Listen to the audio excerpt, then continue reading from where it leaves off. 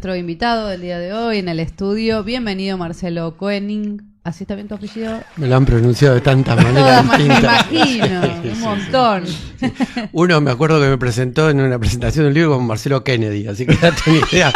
Las cosas que me han pronunciado, mi apellido yo sé que es impronunciable, así que no tengo Claro, bueno, o sea que después de Kennedy... Marcelo. Sí, Marcelo. Marcelo. Qué placer, qué alegría que estés con nosotros. Gracias, Mati. No, Para mí es un honor estar acá en Nodal. Bueno, ¿cómo ves esto? Digamos, pregunta abierta, digo, pero ¿cómo ves este escenario que viene siendo como de los determinantes de este siglo XXI?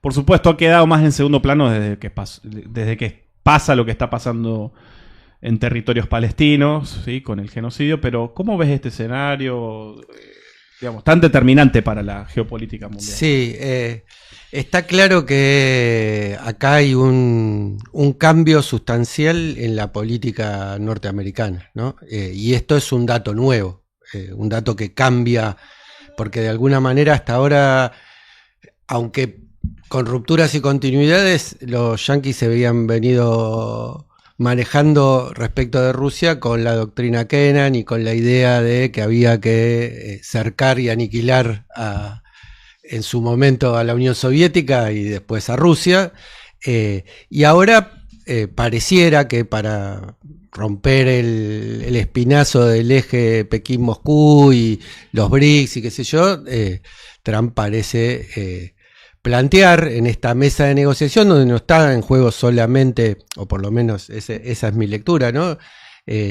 La repartija de Ucrania, ¿no? O sea, el control territorial y económico de lo que entonces fue Ucrania, ¿no? Digamos, los rusos se conforman con quedarse con la parte rusa de Ucrania y los yanquis se van a quedar con el resto, ¿no? Pero para mí está en juego algo mucho más profundo, que es si realmente puede haber un acuerdo, que me parece el interés norteamericano en todo esto, más allá de los negocios inmediatos que pueda hacer en Ucrania, y dejando de lado la posición de los europeos que están histéricos tratando de decir, ¿cómo puede ser que hagan una cumbre y no lo inviten a Ucrania? ¿No? Digamos, tratando de buscar de dónde se agarran para no ser los grandes perdedores de todo esto. Y en esta previa, ¿no, Marcelo? ¿Qué pasa? ¿Qué expectativas hay en esta cumbre, ¿no? Entre Trump y Putin, que bueno, el mundo está como mirando en este marco que ya nos describías. Ahora estaba mirando que sí, ya empezó esta reunión virtual con los líderes europeos, ¿no? Con Zelensky antes de la cumbre de Trump. Se ve que para tenerlos un poco no hagan pucheros, le vamos a hacer un videíto, vamos a hacer un zoom, vamos a hacer un zoom. Dale, tranquilo, hacemos un zoom, un sándwichito de miga, una coquita y a seguir, chicos. Pero bueno, ¿cuáles son las expectativas? ¿Se viene la paz? ¿A qué le llamaríamos paz? ¿Quién gana, quién pierde, ¿no? En los términos futboleros, que a veces... Sí, bueno, yo creo que si a Trump le sale bien, el que gana es Trump, ¿no? ¿Por qué? Porque me parece que él se muestra como un tipo que con poder, con diálogo. Yo creo que no hay que minimizar el hecho que las dos mayores potencias mundiales en términos militares sean las que se están juntando y que están arreglando el mundo como lo arreglaban en otra época, ¿no? Digamos, uno no puede dejar de ver esta cumbre y acordarse de Yalta y Potsdam hasta un montón de la coexistencia pacífica y un montón de negociaciones en donde hasta la crisis de los misiles de Cuba, que se sentaron ellos dos y a los cubanos lo dejaron con la nieta contra el vidrio, ¿no? Muy interesante. Bueno, se ha dicho mucho, los analistas occidentales sobre todo y los que de la fracción que está haciendo pucheros con esta cumbre, esta idea de Yalta 2, ¿no? Yalta 2.0, ¿sí? Que fue llamativo, ¿no? Fue llamativo. Pregunta, Marcelo, que recién lo dijiste y me parece que es importante, es esta idea de la estrategia neoconservadora encumbrada con Donald Trump en la Casa Blanca versus la estrategia globalista. Plantea esta idea de hagamos el ejercicio de Kissinger pero a la inversa, ¿no? Un Kissinger a la inversa, un Kissinger dado vuelta, de traigamos para acá a Rusia, ¿no? Y aislemos a China, ¿no? En el enfrentamiento por conseguir, por ganar, diría Joe Biden, el siglo XXI, ¿no? Esa es la idea de un Kissinger, como la practicó para lo que luego se conoció como la ruptura sino-soviética, ¿no? Y los acuerdos del año 79, ¿no? Que dieron marco a lo que luego en China aplicó como política. Se me fue el nombre. Deng Xiaoping, ¿sí? ¿Es posible esa ruptura de esa alianza ruso-china, ¿no? Que es la alianza primigenia de los BRICS? ¿Realmente es real que eso pueda acontecer? ¿O ves una estructura que ya despegó, ¿no? ¿O qué pretende Trump? ¿Realmente pretende partir eso? Yo creo que sí, que esa es la intencionalidad. Si lo puede o no lo puede hacer, lo dirá la historia, ¿no? Digamos, lo dirá. Está claro que los rusos se manejan a lo largo de toda su historia, desde los zares hasta acá, como diría de Israel, con intereses permanentes y no con amigos permanentes, ¿no? Digamos. Esto nos hace pensar que una de las posibilidades es que haya un acercamiento, porque en un punto esta bilateral implica el reconocimiento del poder militar ruso, ¿no? Y de alguna manera no es poco para una Rusia protagonista a nivel de la geopolítica mundial. Está claro que se vuelve a pensar en esa cuestión de la geopolítica, digamos, cuando andaba en pañales, de decir que quien domina el corazón del mundo, domina el mundo, ¿no? Y toda esta pelea en torno a Ucrania nos hace acordar a esa discusión, ¿no? A una discusión que es en todo caso es la discusión sobre el poder en el mundo, ¿no? Es difícil con las fichas que tenemos ahora pensar cómo va a terminar ese rompecabezas, pero está claro las intencionalidades de unos y de otros. Hoy Rusia, a partir de la guerra y a partir de las medidas tomadas por Europa, se recostó mucho más sobre China, con lo cual, digo en términos económicos, con lo cual también una ruptura ahí no la veo tan clara, ¿no? No. Tampoco veo que las economías norteamericana y rusa sean complementarias o puedan tener algún nivel de complementariedad. Con lo cual, no es fácil decir que a partir de la iniciativa de Trump el mapa cambia absolutamente, ¿no? Digo, hay fuerzas inerciales que van a seguir jugando sus papeles y sus empujes hacia la continuidad de la lógica de los BRICS como una nueva polaridad de la multipolaridad mundial. Claro, y una Europa que quedó totalmente desdibujada, ¿no? Yo creo que eso es el dato más fehaciente, ¿no? En otra época nadie cuando recién Mati hablaba de un nuevo Yalta-Potsdam, hay invitados que no están, que estaban en Yalta-Potsdam, que son los europeos.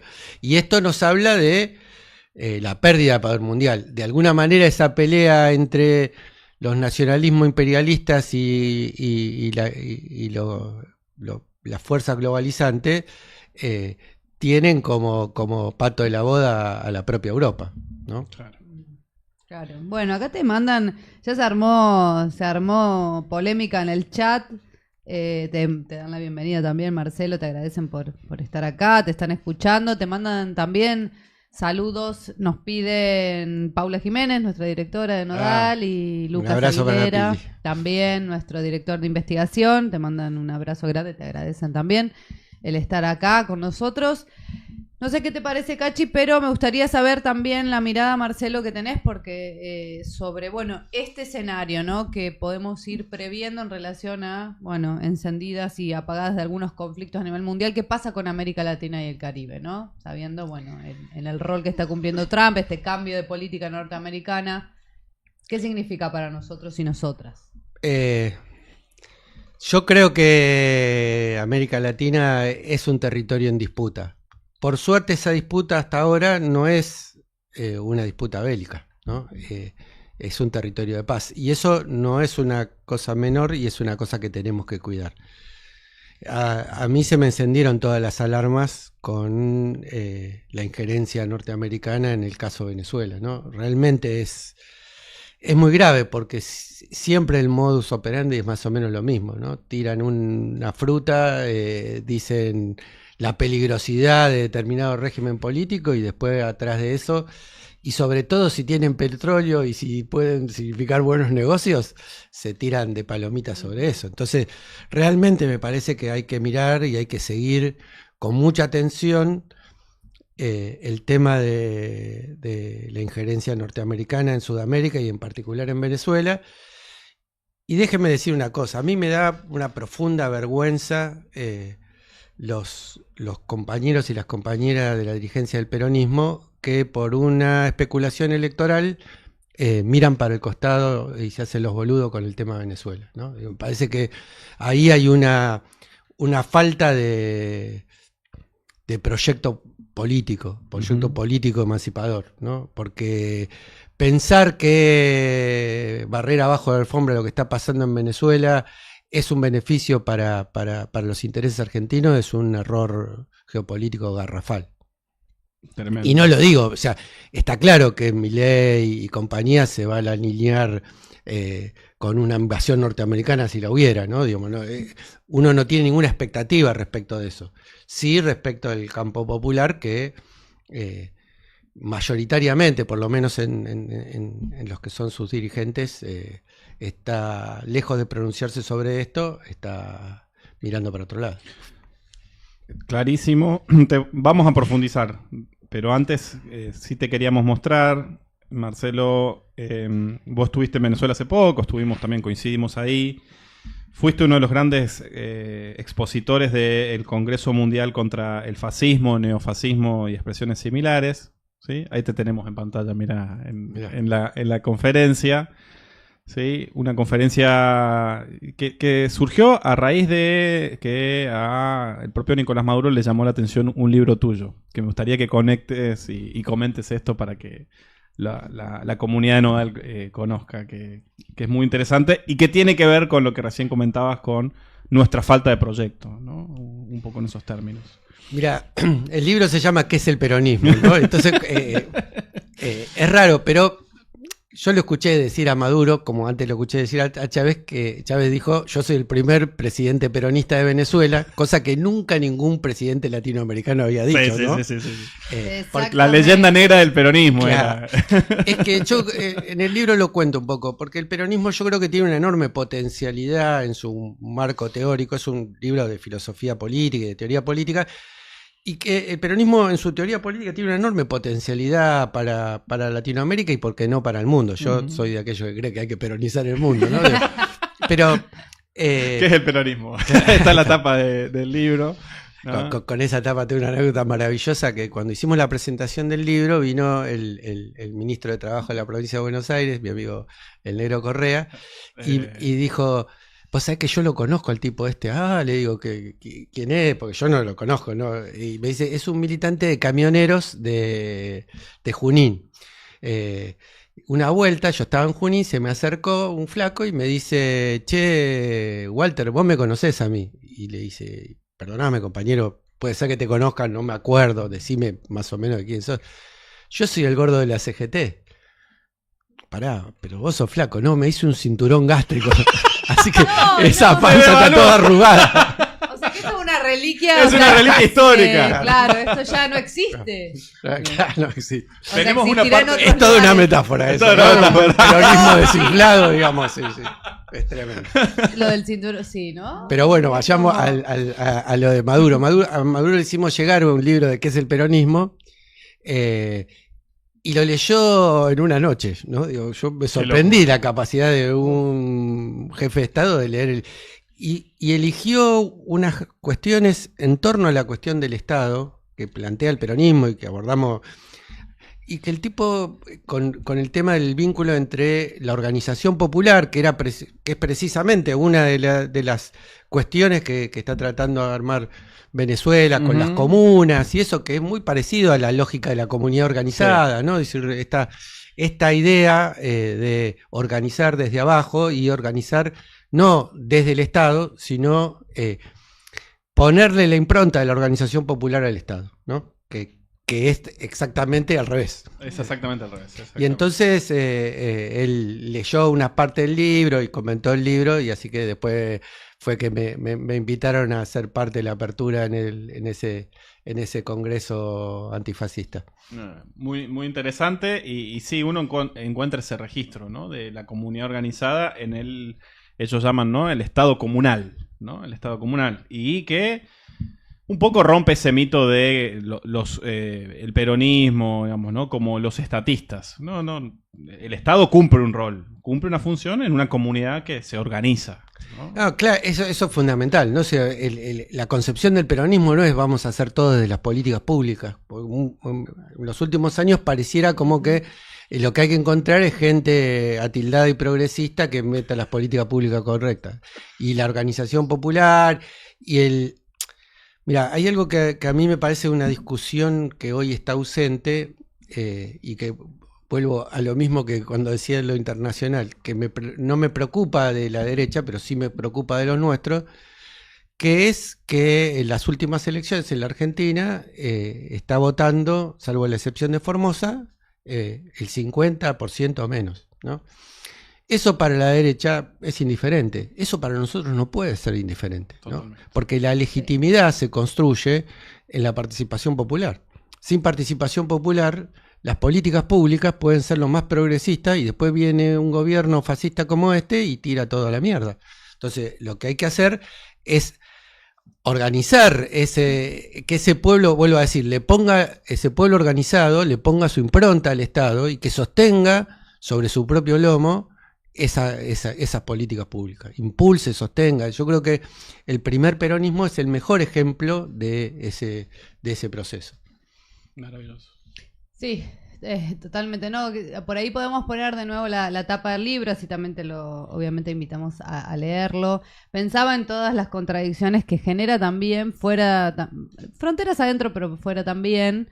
La izquierda y el peronismo, ¿no? En eso decís, es el primer presidente Chávez que dice yo soy peronista, habla de alguien de izquierda, ¿no?, que viene de una tradición comunista, con Fidel vivo, y un proceso latinoamericano distinto al que vivimos hoy, que dice yo soy peronista. Eso es un gran mensaje para las izquierdas también, ¿no? ¿Cuál es? Es un tema, ¿no? Porque uno sale, no te digo, y hasta Venezuela, vas a Uruguay y ya no puedes explicar el peronismo. No hay forma. No hay forma. Es más, es el más reactivo de Uruguay. Sí, claro. Tenemos amigos grandes de la comunidad nodal allá, queridos, que sí lo entienden y que dicen son peronistas uruguayos. Es difícil. Pero es difícil. Para mí es como el cuento ese de Saborido, la máquina de procesar uruguayos para hacerlos peronistas, ¿no? Sí. Y que llega a la conclusión que la única manera de entender al peronismo es hacerse peronista, ¿no? Sí, Digamos, bueno. Pero yo creo que hay una fuerte maniobra, algo cuento en el libro, digamos, por derecha y por izquierda para aislar al peronismo, porque el peronismo era peligroso. Entonces, por derecha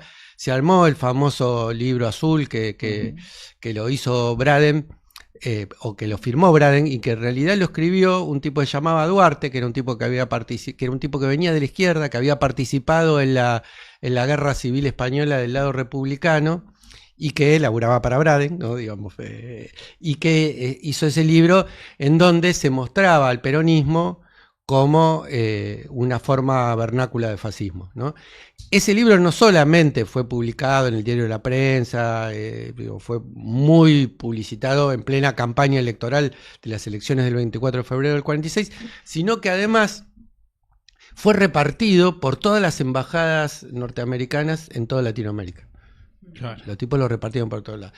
Y la jugada por izquierda tiene que ver con lo que el PC de aquella época, que calificaba de la misma manera el peronismo.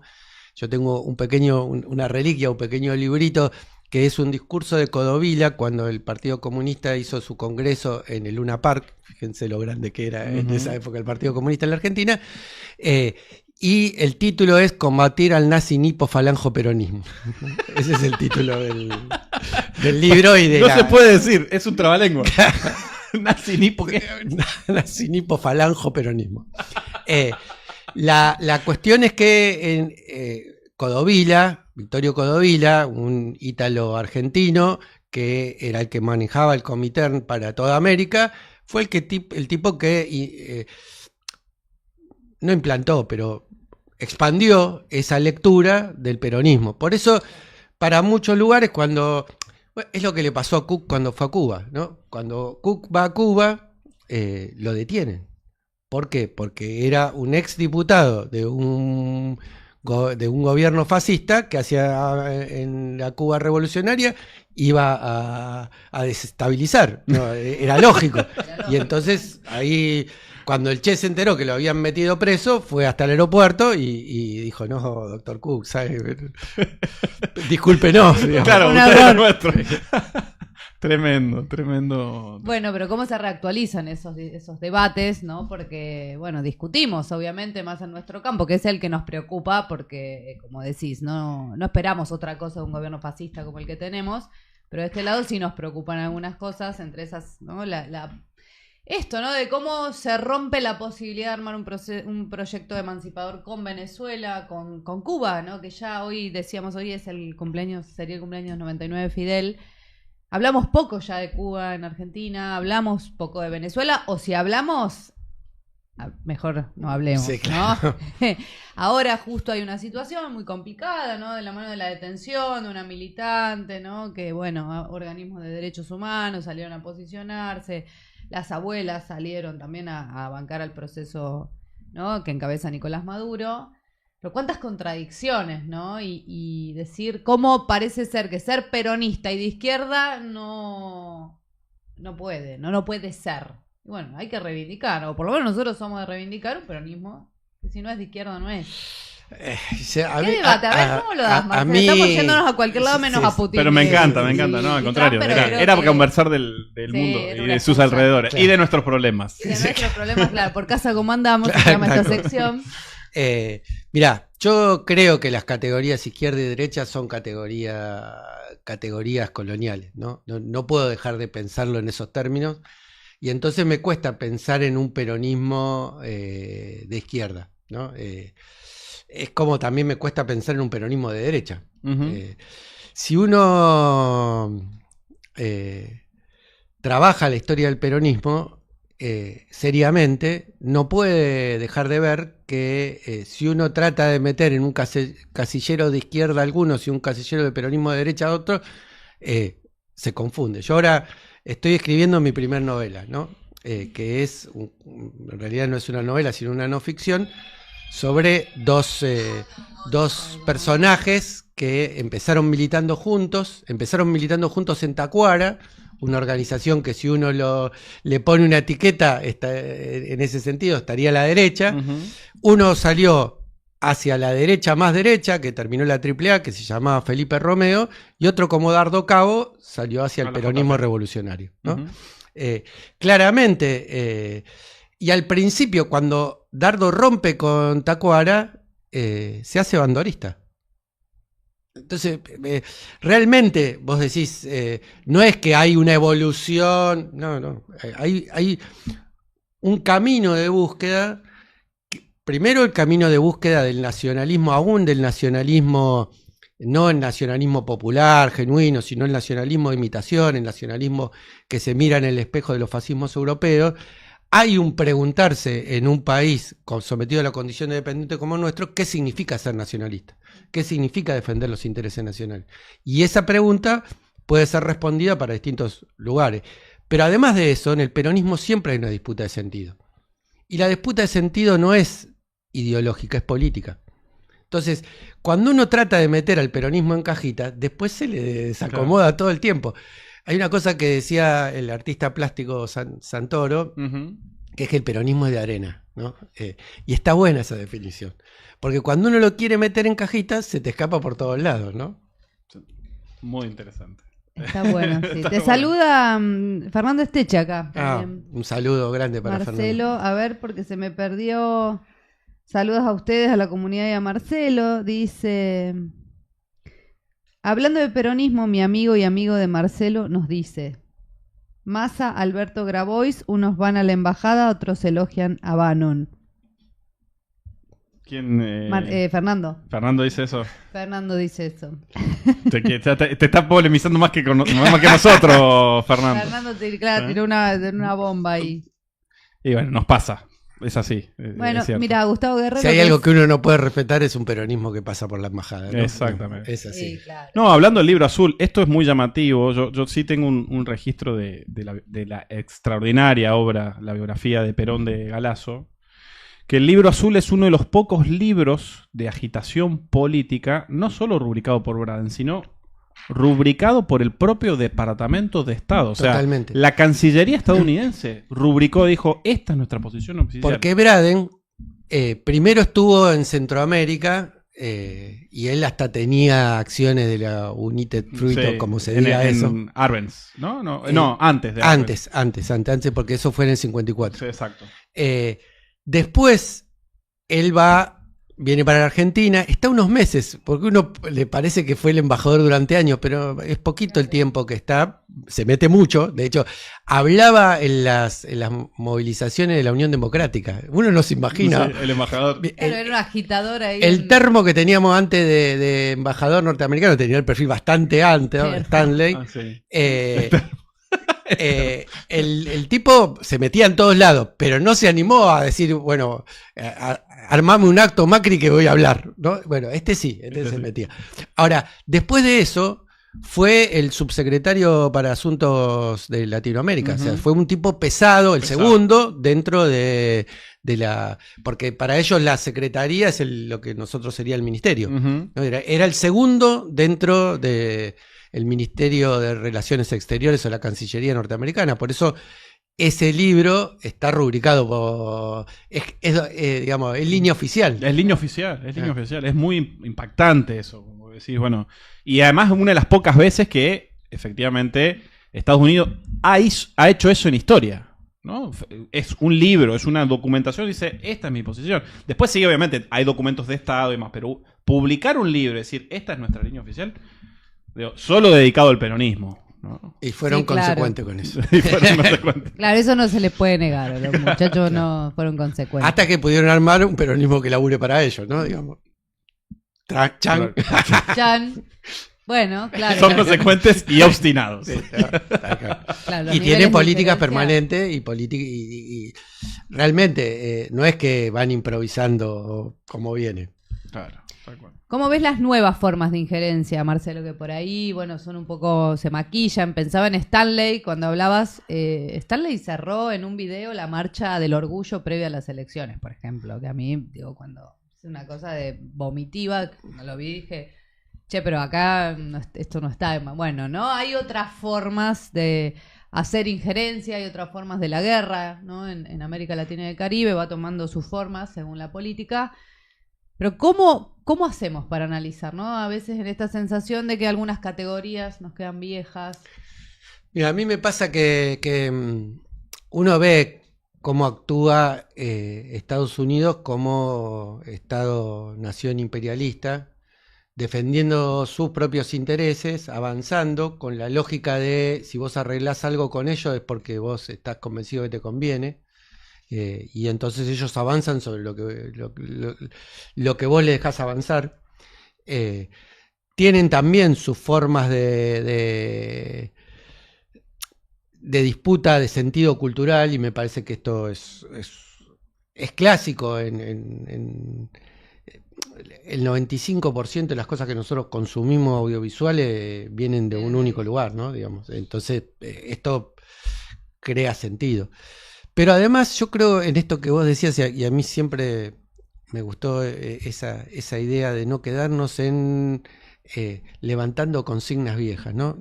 Hay una cosa que cuenta Jauretche en uno de sus libros, que es que él siempre se preguntaba por qué cuando el Partido Socialista hacía un mitin, le decían en esa época a los actos antiimperialistas, aparecía criticándolo, pero aparecía en los grandes diarios, que en esa época eran La Nación y La Prensa, y sin embargo, cuando Forja hacía algo, no aparecía en ningún lado.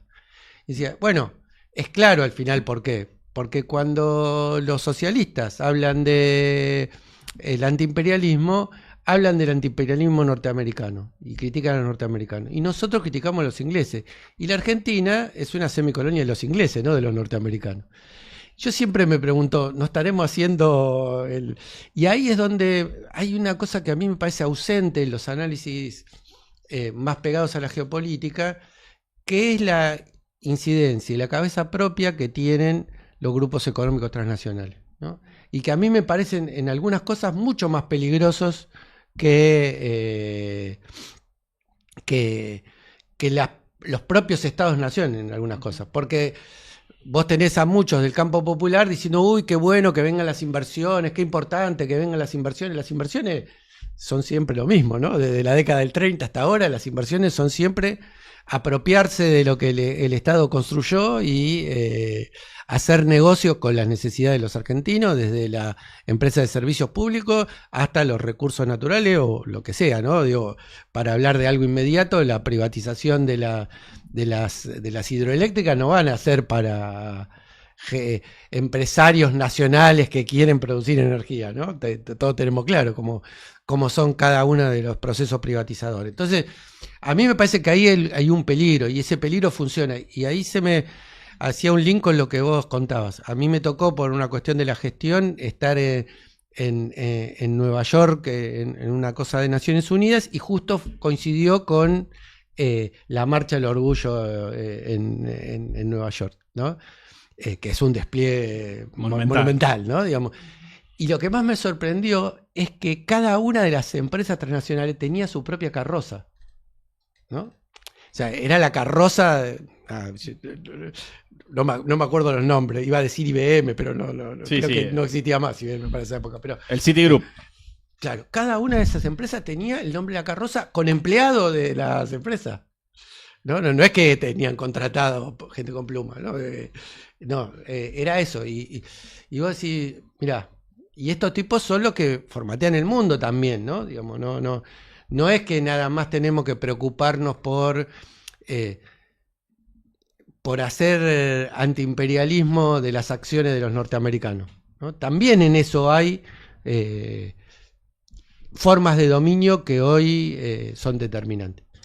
Sí, cruzándolo con el peronismo, digo, en esto de la comparación de la marcha de Nueva York, con lo que pasa acá en Argentina, nosotros siempre planteamos que, ¿no?, estos movimientos de los feminismos, transfeminismos y diversidades, es otra cosa que no pasa en otro lugar del mundo porque es peronista, hay peronismo, ¿no? Y hay carrozas de empresas acá también, pero la mayor expresión de esa marcha tiene que ver con otra cosa, ¿no? Que es el movimiento popular, que es, ¿no? Y ahí está las disputas de sentido todavía.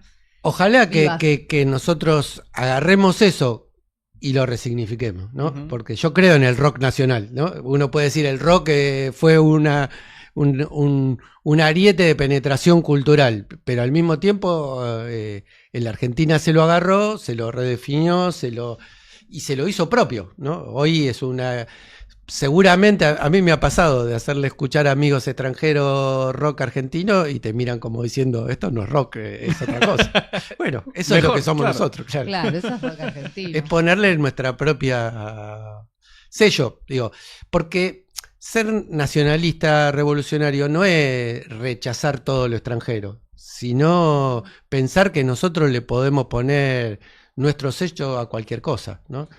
No aceptar todo lo que viene. No, claro. Y pensaba mientras hablabas, Marcelo, que nosotros coincidimos, ¿no? Hay que tenerle más miedo a las corporaciones, ¿no? Y a estas nuevas formas en que se asume el poder hoy que a los Estados-nación.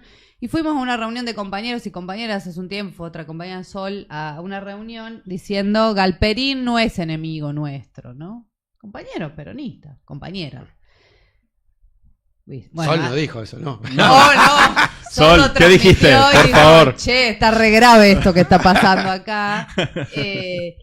Otro dijo, no es nuestro enemigo quizá el modelo de negocios, le dice otro, pero Galperín sí. Ahí entramos en un mundo complejo, ¿no? Porque nosotros creemos que Galperín aparte él es explícitamente enemigo. Sin duda. Pero ¿no? Claro, pero aunque dijera que peronista es enemigo, porque uno no es compañero o enemigo de acuerdo a su discurso, sino de acuerdo a su práctica. Claro. Exactamente. No, aparte, Mientras que vos podés dudar, él no tiene dudas que el peronismo es el enemigo, ¿no? Claro. Recordemos esas famosas campañas publicitarias de Mercado Libre con la puesta en escena, ¿no?, a favor del PRO en la campaña de 2015. Era una propaganda política de la empresa. Él cuenta que le puso Mercado Libre porque no le pudo poner libre mercado. Mejor definición que esa no hay. No hay. Él juega en no esa hay. cancha, pero además tiene esa lógica, ¿no? Que es la lógica exactamente contraria a la lógica del peronismo. Que es que el Estado lo que tiene que hacer es ser el garante de los negocios de los grupos económicos. Y entonces, el Estado no tiene que estar para garantizar las condiciones de igualdad en la diferencia, no tiene que estar para inclinar la cancha a favor de los que menos tienen, sino que el Estado es el que tiene que estar al servicio de los que más tienen, ¿no? Digo, es la famosa teoría del derrame que nos bajaban en los 90, bueno, digamos, el tipo cree firmemente en eso, en esa lógica, en esa construcción y en esa práctica. Claro. La excepción de impuestos que se le hizo a Mercado Libre es más grande que todo el presupuesto de todas las universidades argentinas. O sea, nosotros podríamos duplicar el presupuesto de las universidades solamente no exceptuándolo de impuestos, como hizo este gobierno, a Galperín. Terrible. Y además, y dándole desde el macrismo, el otro día charlábamos desde el macrismo que se les habilita el cobro de beneficios sociales a través de su plataforma, que además de que dicen que es Mercedes de Alessandro, dice $200 por usuario nuevo, más o menos, termina cotizando una fintech. O sea, imagínense, hay más de 2 millones en ese momento, tenían la UH, por ejemplo, la asignación universal por hijo. Más, además que el Estado le deposita un 16 la plata en su, ¿no?, en la fintech, en su empresa, y el usuario la recibe recién el primero o el inicio del mes siguiente. O sea, que este señor bicicletea La guita Con la nuestra. con la nuestra. con la nuestra, la guita de los sectores populares. Exactamente. De los De las más asignaciones. vulnerables. Que además le das crédito a tasas exorbitantes, y digo criminales, diría, porque ya no debería ser legal las tasas que pone Mercado Pago para, ¿no?, endeudar a la gente. Entonces, digo, si hay planeros en este lugar, el primero Son ellos. Son ellos, ellos. ¿no? Hay una cosa interesante, hay algunas cosas que no coincido, pero hay cosas interesantes de lo que plantea Varoufakis con el tema de tecnofeudalismo, esta idea de que hay que pensar cómo son los nuevos poderosos en el mundo, ¿no? Y yo creo que esa lógica, que es la de Galperín, pero también es, si vos ves, y esto también para ver la dimensión que tienen esos grupos económicos transnacionales, hace 10 años nadie hubiera pensado siquiera que la carrera espacial iba a ser una cosa ajena a los grandes estados nacionales. Ujú. Hoy todas, menos Microsoft, todo el resto de las empresas que trafican datos, porque son traficantes de datos, ¿no? Digamos, y lo hacen a veces con nuestro propio consentimiento, ¿no? Porque uno nunca lee toda la letrita chiquita de acepto las condiciones y dale, vos, Sí, no te vos queda aceptás. otra, ¿viste? Claro, tampoco no te quedan muchas alternativas. En Mercado Pago sí, yo no tengo cuenta de Mercado Pago ni la voy a tener. Digo, me parece que es una mínima consecuencia que uno puede tener si dice que Galperín es enemigo, pero digo, me parece que en todas esas empresas, y eso es lo que está bueno de ver cómo está cambiando el mundo, todas tienen su propia carrera espacial. Todas tienen su propia. Vuelvo a decir, esto era impensable. Era impensable. ¿Qué va a pasar? Lo mismo con los ejércitos privados, ¿no? Siempre hubo mercenarios, pero compañías de servicios militares de la dimensión de la que tenía la Wagner, Sí. ¿no? Digo, para Sí, volver al principio de Ucrania. O Blackwater, Tal cual. que es la más grande, de hecho. Más grande que Wagner. Sí, tal cual. Son ejércitos que superan a muchas naciones. Terrible, terrible. Y son empresas. Y son empresas. Y que actúan al servicio de esto, ¿no? Pues en el caso de Blackwater Academy, Eric Prince, digo, está filtrando y operando, bueno, en América Latina de punta a punta, ¿no? En contra de Venezuela, en contra de la revolución bolivariana, abiertamente, incluso en un intercambio de tweets con Elon Musk, ¿sí? Y después, bueno, por supuesto, haciendo rondas por Ecuador, ¿sí? ¿Por dónde más estuvo? Por El Salvador, ¿no? Y ahora que nombraste Son a las Max, corporaciones, ¿no? No son los estados. y ahora que nombraste a Max, que también hay que tener en cuenta que las redes no son neutras. ¿No? No es que estoy diciendo que no hay que dar una pelea en las redes, hay que darla, pero hay que entender que esa pelea es como un partido que uno va a jugar de visitante, donde te ponen las condiciones del partido, te ponen el referee de eso, te cambian las reglas del juego. Hay que darle esa pelea, pero uno tiene que entender que el algoritmo no es una cuenta matemática, sino que el algoritmo casi te diría que tiene ideología, ¿no? Y construye sentido. No casualmente Max puso una torta de guita para quedarse con Twitter. Está bueno esto ya te vamos a pedir el artículo, ¿sí? El algoritmo tiene ideología. Y es así. Sí, tal cual. Bueno, estuvimos charlando estos días también, esto de se les dio un rango, ¿no? un alto rango en el ejército norteamericano a gerentes de OpenAI, Palantir, o sea, directamente porque hay una fusión Pentágono, empresas tecnológicas que... Bueno, innegable, y ya tienen rango. Eso no había pasado con tanta, ¿no? Impunidad así de... Es tremendo eso. Estar al frente, ya, bueno, hablamos de otro nivel, ¿no? Y esto que decís, del algoritmo, ¿no? Ya sabemos que se usan nuestros datos y las redes sociales para matar niños y niñas, ¿no? Y inocentes en Palestina. Y lo saben, ¿no? Quienes manejan estas empresas. Ahí, bueno, hay un montón de comentarios. Sí, yo te quería hacer una última pregunta, más, se va a reír la producción, más vernácula. Ay, vernácula. No, pero, fuiste diputado nacional, sos un referente de una organización, hermosa organización, compañera, la DESCA, la Descamisados. ¿Qué estás viendo de lo que nos pasa en el terreno institucional en un año de elecciones de medio término? ¿Cómo estás viendo estas elecciones? ¿Sos optimista, pesimista? No sé si esa es la pregunta igual, pero ¿cómo la estás viendo? Yo te diría que yo soy optimista por naturaleza, pero la verdad es que estoy enojado. Creo que nuestra dirigencia política está en Narnia, que está... Hay una categoría que construyó Milei, que es la categoría de casta. Y creo que es...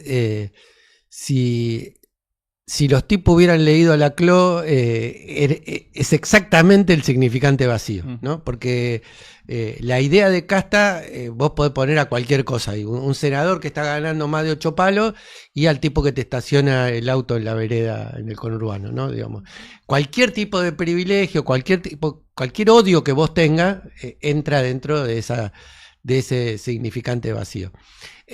Ahora bien, ¿qué carajo pasa con nosotros? Que lo único que le mostramos a la gente es que peleamos por la lapicera. Que la interna es más... ¿Cómo uno se despega de ese encasillamiento en la casta si la dirigencia política de la Argentina parece desesperada por las listas? Parece que no pudiera hacer política por afuera del proceso meramente electoral. Y la gente la está pasando mal, ¿no?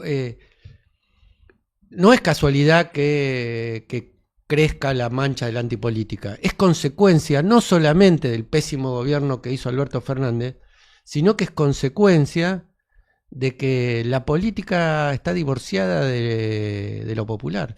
Y así esta política no puede enamorar a nadie y no puede representar a nadie. Lo digo esto por lo que decía Cristina, ¿no? Digamos, no tenemos que enamorar. Yo soy... que creo que tenemos que enamorar. El peronismo sin épica es como un cuerpo sin alma, ¿no? Digamos, es nada más que una unidad de negocios electorales, digamos. Y puede servir a cualquier postor, lo cual es más grave, ¿no? Pero yo creo que esa idea de representar ni siquiera es lo que hoy puede hacer el peronismo, ¿no? ¿Por qué? Porque está divorciado, no camina por la calle, ¿no? Esa dirigencia no camina por la calle, ¿no? Aunque se pongan buzo Adidas, qué sé yo, no caminan por la calle, no están escuchando lo que pasa, no están con un oído en el pueblo, ¿no? Y me parece que eso es grave, es muy grave, ¿no? Y me parece que, y lo digo acá porque parece que por mi referencia al buzo Adidas, que lo digo por un lado solo, yo lo digo por ambos lados de la disputa, ¿no? Me parece que en esto hay que, si si el peronismo no se repiensa a sí mismo, si el peronismo no logra construir un proyecto nacional, si el peronismo no logra hacer una actualización doctrinaria, ¿no? Porque a veces la crítica a este peronismo que parece un flan, que no tiene consistencia, es que piensa la doctrina como un dogma, y entonces, bueno, tenemos que volver a lo que decía Perón en el 45.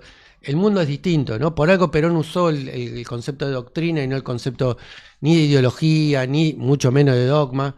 Entonces, el peronismo, el propio Perón en esa famosa película del grupo Cine Liberación, de Pino Solanas y Osvaldo Yettino, le pone el título Actualización Doctrinaria para la toma del poder. Bueno, yo creo que hoy nosotros tenemos que hacer una actualización doctrinaria, y esa actualización doctrinaria requiere preguntas sobre el mundo en que estamos viviendo, preguntas sobre la Argentina que estamos viviendo, y preguntas sobre las cuestiones fundamentales. Hoy nadie discute qué vamos a hacer con el trabajo, ¿no? Y pareciera como que eso no tiene que ver con la campaña. Y yo creo que esas son las cosas que realmente... Entonces... enfermos de mirar encuestas, porque como la solución es electoral, y entonces veo las encuestas, cómo me dan, qué cosas tengo que decir, qué cosas no tengo que decir, terminamos pareciéndonos a la derecha, ¿no? Terminamos tratando de pensar que la única salida es que nosotros moderemos el discurso, del cual a mí me parece que Alberto no es el padre de la moderación, es solamente... una manifestación más de eso. Yo, si vos vuelvo a la pregunta inicial, ¿optimista o pesimista?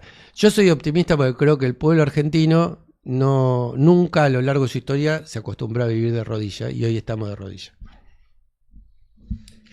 Bueno. Extraordinario. Nos dejaste... Sí. Sin palabras. Está bien, hay que decir lo que hay que decir. Además, miramos encuestas que últimamente ninguna encuesta dice la verdad. O sea, ¿para qué las miran? Claro, ¿para qué Porque las miran? ninguna encuesta viene diciendo, pegándole al resultado electoral, salvo alguna que nadie vio, que no sé qué. Las encuestas son como algunos portales, iba a decir uno, pero no lo quiero quemar, digamos, que uno sabe que el 50% es pescado podrido, y entonces uno elige la parte que quiere elegir. Claro. Uno sabe que el recetario. 50% es fruta, pero digamos, nada, esto sí, esto es así, digo, porque confirma lo que uno cree, nada Claro. más. Porque además las encuestas son todas pagadas, y lo que hacen ese laburo, laburan de eso. Claro, y afecta a la ¿Qué opinión, número querés, digo, ya claro, sabemos. ¿qué número querés ver? Claro, y qué número querés difundir, digo, para, bueno.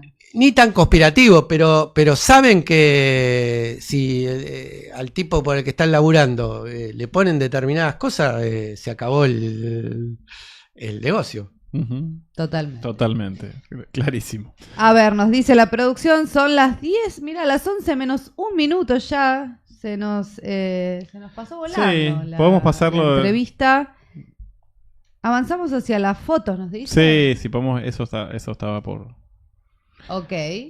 Las fotos que es el juego de las fotos. El juego de las fotos, sí. Bueno, Marcelo, vamos a hacer, para nuestros invitados especiales, hay juego de asociación libre. Ah, bueno. Te vamos a mostrar una foto y en una palabra, una frasecita, lo que primero que se te venga a la cabeza nos lo tenés que definir. En general son personas, ¿no?, del mundo de la política. A ver. Así, sí, ya estamos listos para el juego de, bueno, definición en una palabra que nos cuesta, ¿viste? Nos cuesta la A mí me cuesta síntesis. muchísimo eso, ¿no? Yo soy lento para todo. Pero viste que es en la época de los caracteres limitados. Yo en los 140 caracteres no puedo decir hola, ¿qué tal? Mal. Bueno. Genocida. Esa es fácil. Esa es Sí. fácil. Trump. Impresentable. Elon Musk. Despreciable. Si me van a, Todo si mal. me van a todo. hacer que No te- busque sinónimo para no insultar, Sí, sí, está sí, complicado. Podés insultar, está habilitada la puteada, acá no pasa Dale. nada. Eve. Se extraña esa palabra justa, que no especulaba, que no medía, que era capaz de llevarse puesto todo, y se extraña. Sí. Cristina. Una gran conductora del movimiento nacional y que hizo muchas cosas por la Argentina. John Williams. Un grande, uno de los tipos de los espejos en donde uno siempre se quiere mirar. Sí. Chávez. Un grande de nuestra América, el Bolívar del siglo XXI. Uf. Patricia Bullrich. Otra despreciable más, pero con qué... Claro, sinónimos. Una mercenaria, ahí está. Uf. Me gusta. Me gustó. Me gusta. Bueno, Javier Milei. Un forro. Sí. Qué buena definición. Forro. No, y además, viste, Cristina dice, hay algunos adminículos que se usan una vez y se tiran. ¿Cómo decir forro sin decir? No, Cristina no se puede decir eso. Bueno, entonces, adminículo. Adminículo. Adminículo. Néstor. El tipo que cambió... Yo empecé a militar en el 82. Siempre fui opositor hasta bien entrado la gestión de Néstor, ¿no? Me parece que es el tipo que se animó, como él bien decía, a no dejar las convicciones en la puerta de la Casa Rosada a la hora de gobernar. Y por eso fue un tipo que cambió la historia. Uh-huh. Fidel. El cumpleañero. El cumpleañero, otro grande de América, otro de los tipos imprescindibles en nuestra historia de nuestra América, como la llamó Martín. Ahí estamos. Bueno. Estamos con el balcón, estamos con el juego de las imágenes, ahora vamos a lo último, balcón, también para contarle a Marcelo. El balcón es lo inauguramos en Nodal para sumarnos a, bueno, obviamente Cristina Libre. Cristina está presa, la conductora del Movimiento Nacional y Popular, 2 veces presidenta, mandato cumplido, como ella tiene en su Twitter. Que no es menor eso en Argentina, ¿no? 2 veces presidenta, mandato cumplido. Y bueno, nos sumamos, obviamente, es una detención ilegal, Cristina es inocente y, bueno, un poco repasamos siempre algo que ella hizo o dijo en base al tema del día. Que no fuimos, pero lo hemos recorrido al principio, te hemos aprovechado, Marcelo. De punta a punta. De punta a punta. Hola, Cristina, ¿cómo andás? Esta es nuestra cortina. Hola, ¿qué tal? Buen día. Buen día. Hola, ¿qué tal? Hola. Hola, ¿qué clase de día es hoy? ¿Qué clase de día es hoy? Claro que sí. Claro que sí. Presa en su casa en San José 1111. De volver a verlo. ¿Qué musiquita le pusieron? Hermosa. Bueno, hola. Bueno, hola. Cristina, la vamos a ver a Cristina visitando Rusia y encontrándose con Vladimir Putin. ¿No? Me parece que es ¿Es en esa? Rusia o es... no, es acá. ¿O es acá? Es la Visita imagen que le oficial a la sirve, Federación el Rusa. agua. No, Para mí la mejor imagen es donde Putin Sí, le ahí sirve está, el le agua. sirve el agua. Sí, no, es verdad. Es en Rusia. Es 23 de abril de 2015, Moscú. La presidenta Cristina Fernández de Kirchner y su par Vladimir Putin intercambiaron saludos en el Salón Verde del Kremlin, sede del gobierno ruso, previo a la reunión que mantuvieron a solas. Fuertísimo. Esto de mantener... Cuando no hay otros, son las más decisivas, ¿no? Me acuerdo que había una lluvia de memes, de las miradas de Putin a Cristina, Cristina a Putin. Pero bueno, qué épocas, ¿no? También. ¿Esto 2015, Cachi? 2015. Fue acompañada por el canciller, por el entonces canciller Héctor Timerman y los ministros Axel Kicillof de Economía, Julio De Vido, Planificación Federal. Canciller, ¿qué tal? ¿Cómo le va?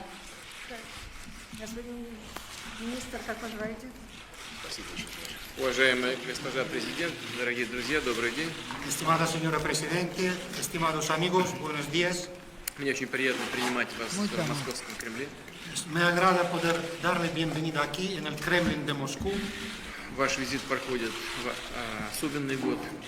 Su visita Los corresponde argentinos siempre a le un ponemos año picante especial. emocional a las В этом cosas. году ¿viste? исполняется 130 лет со дня установления нами дипломатических отношений. Este es el año de 130 años de establecimiento de relaciones diplomáticas entre nuestros países.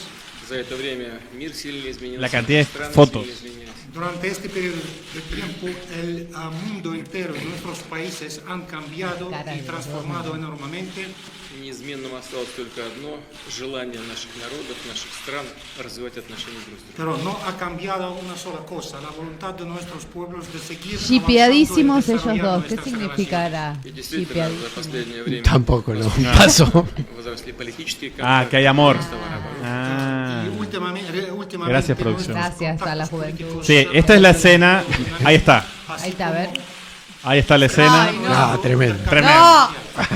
Muchas gracias. Но есть и проблемы. Muchas gracias. Le saca la botella de la mano. Sí, sí, sí. И мне Un очень caballero. приятно Solo Cristina Un generaba señor, eso. un señor. обсудить все Un эти señor, un caballero. характер, позитивные тенденции, Bueno. некоторые сложные проблемы, которые нам нужно будет сами решить.